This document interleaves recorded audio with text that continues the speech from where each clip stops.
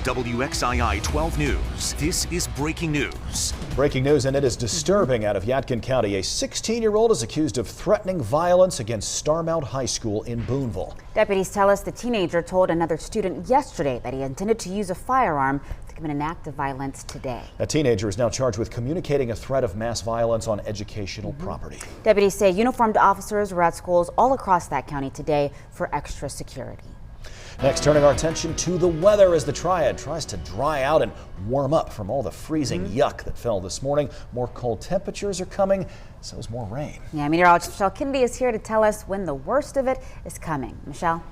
Yeah, the worst of it is hopefully over, but we do have the heavier rains that are pushing out, leaving us with a winter and concern for Triad advisories for flooding. You're looking at 38 degrees in Winston-Salem, 37 in Greensboro, as well as 38 in Martinsville. And we are talking about those wintry concerns that are starting to taper off for folks in the mountains. We do have now dense fog to contend with, so that's going to be what we really have to deal with through early tomorrow morning. Your flood advisories until 6:45, so not too much longer, but we're concerned that some of these neighborhoods might be seeing too much water on the roadways. I want you to be very cautious as the sun's setting now and it's hard to see. We've got 1 to 2 inches on the ground.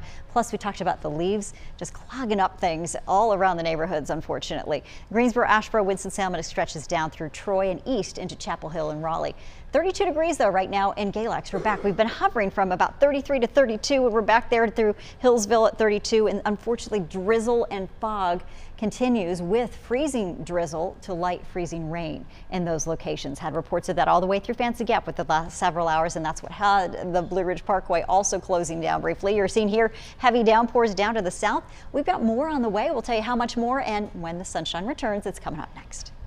All right, Michelle, thank you. And stay up to date on the latest forecast straight from our meteorologist. Download our app from the App Store. For just the third time in the history of the United States, the House of Representatives will vote on articles of impeachment against a sitting president. The House Judiciary Committee approved the charges against President Trump today after 14 hours of debate yesterday. NBC's Alice Barr is in Washington tonight with reaction and a look at how things move forward. Ms. Jackson Lee. Aye. With an historic party line vote, 23 Democrats in favor and 17 Republicans opposed. My vote is no. The House Judiciary Committee approves 2 articles of impeachment against President Trump. He betrayed the nation. He moved us toward corrupt elections.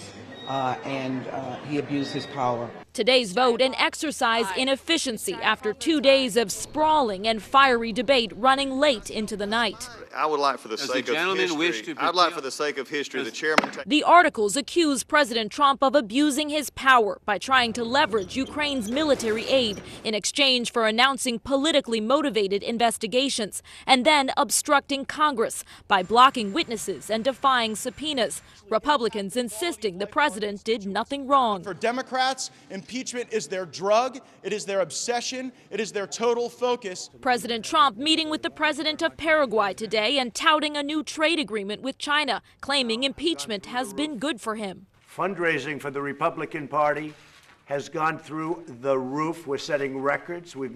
Nobody's ever seen anything like it because the people are disgusted.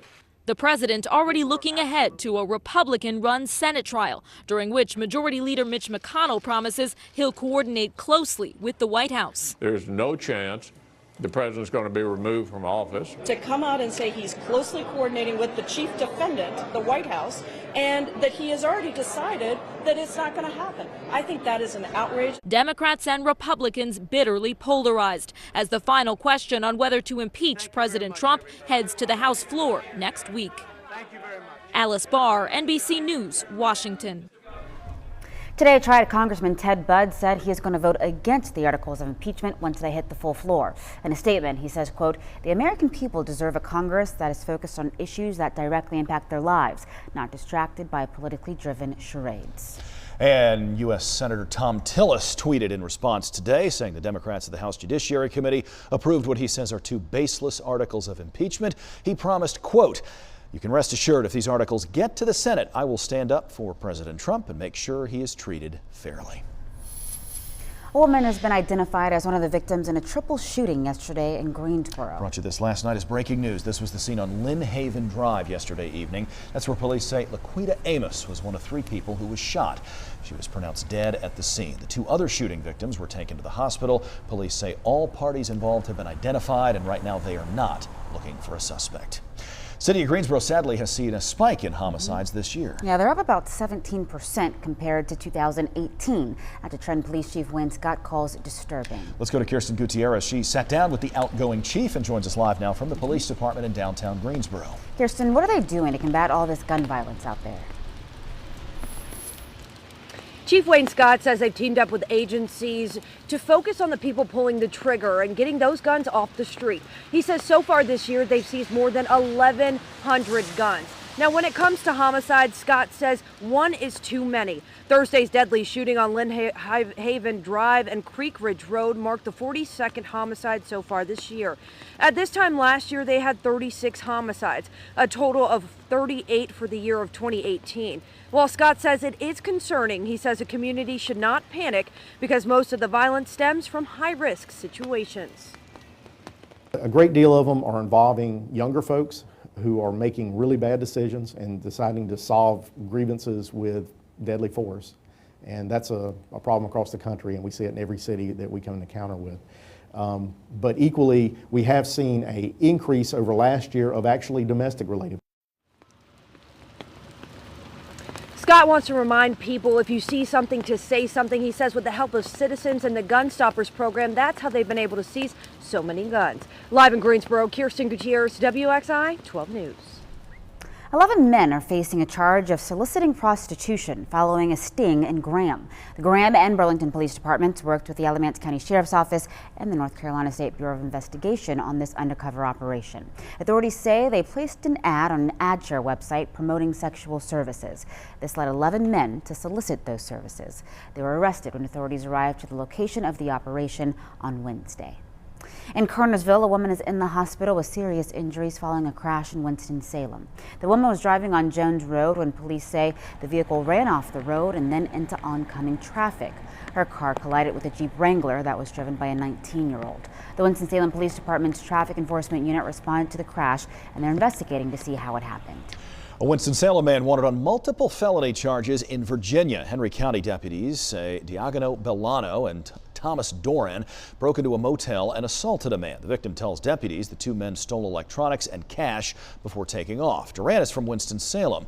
Both men are charged with felonies of robbery, breaking and entering with the intent to commit robbery, and grand larceny. Anyone who knows where these 2 might be should call Crime Stoppers at the number on your screen.